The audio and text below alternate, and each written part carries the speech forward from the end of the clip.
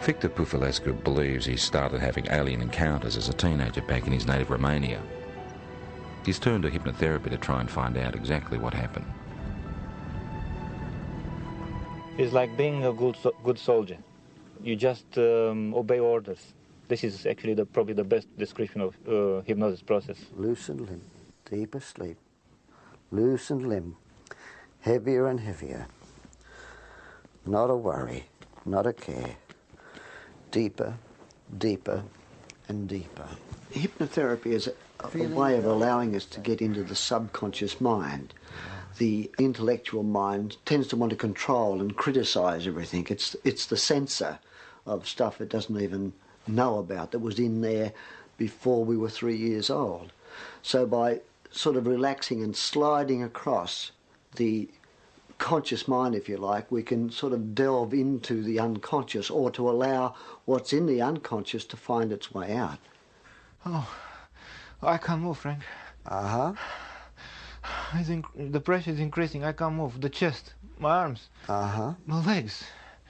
There's a thing about hypnotherapy that very often the subject will want to please the hypnotist. They have to look at that, but the thing is that you can see that when a person is reliving an experience, that it's pretty easy to see whether that's faked or not. Moving forward in time. My legs. Moving forward my in feet. time. Moving forward in time through the experience. The pain is inside of my elbow. Uh-huh. Thanks. Who are you saying thanks to? Them. Uh-huh. Can you ask them what they're doing? No. It's a test. That's a test. I just know it's a test. They keep me telling me, be calm. They're telling you to be calm? Yeah. Uh-huh. Very often the people are quite disturbed about dreams they're having or things they've imagined happen to them.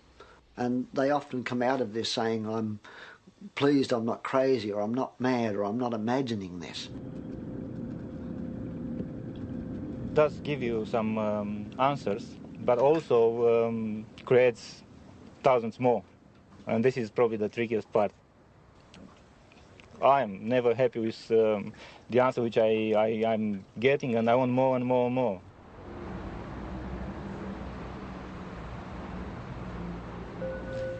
Just relaxing as much as you can with every breath. Just feeling a sense of calm. From 1992, there was a very strong correlation with awakening psychically and with my healing work to having these experiences. Elizabeth Robinson is a spiritual healer and therapist who says she's been having extraterrestrial experiences since childhood, but is only now starting to accept them. I mean, when they started with me, I thought, my God, this is bizarre. You know, this is crazy. This is in the realm of science fiction. But I know now I've had to work through that and struggle with it, and I've denied it like hell for 5 years. And I can't deny it anymore. Elizabeth says she started seeing creatures like these around her home in Perth in 1992. There were 3 beings standing there. They had large shaped heads, bigger at the top to chin at the bottom, large almond-shaped eyes, small bodies, legs and arms, and sort of grey in appearance. But they looked at me with a sense of intent and intelligence. Soon after, Elizabeth's daughter talked of being visited by a lady during the night. Elizabeth believes it was one of the same beings. And I looked down on the desk, and here was a drawing of this being, this same being that I had seen. And I said to Jessica, who did that? Because I knew that at 2.5, her drawings were scribble drawings.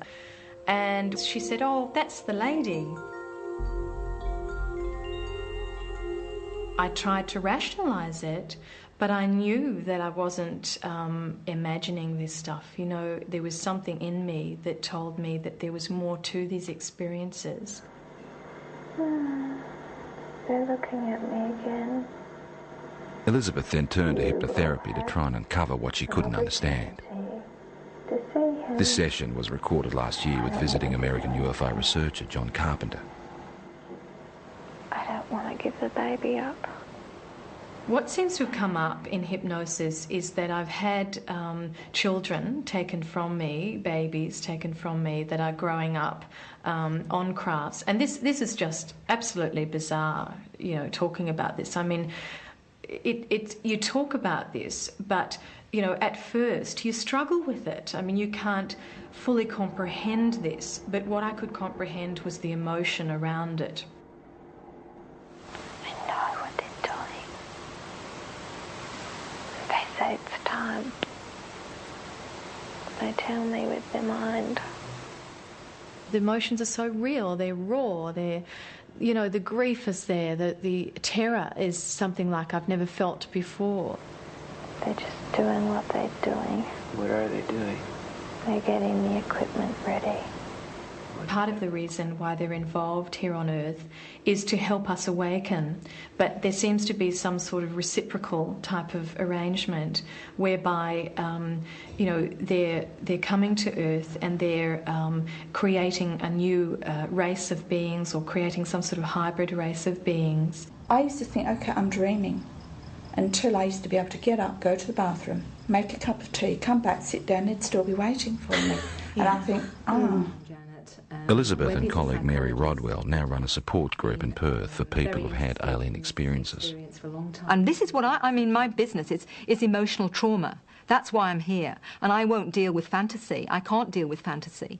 So it's about emotional trauma. These people are stressed quite desperately with fear and anxiety about a lot of things that they only have a vague idea often about, but often is because they've remembered being taken.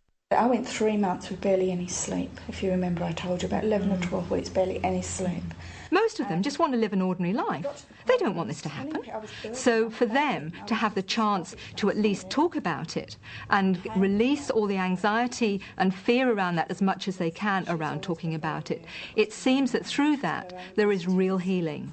For me, I became very frightened that I would be labelled crazy or, you know, hallucinating, whatever it was, and that I couldn't have somebody to relate this experience to that would honour my experience. Have either Elizabeth has always kept journals about her experiences, which she is now using to write a book. I saw a grey being appear, white-grey colour. In the dream, I was searching for my son, even though the child dream of trying to run away from several grey beings, but as fast as I ran or wherever I really don't expect someone to be able to say, absolutely, you know, this is real, because, you know, you always doubt yourself, but you know that it's real, and you have to come to some point and stop denying it, and that's what I'm starting to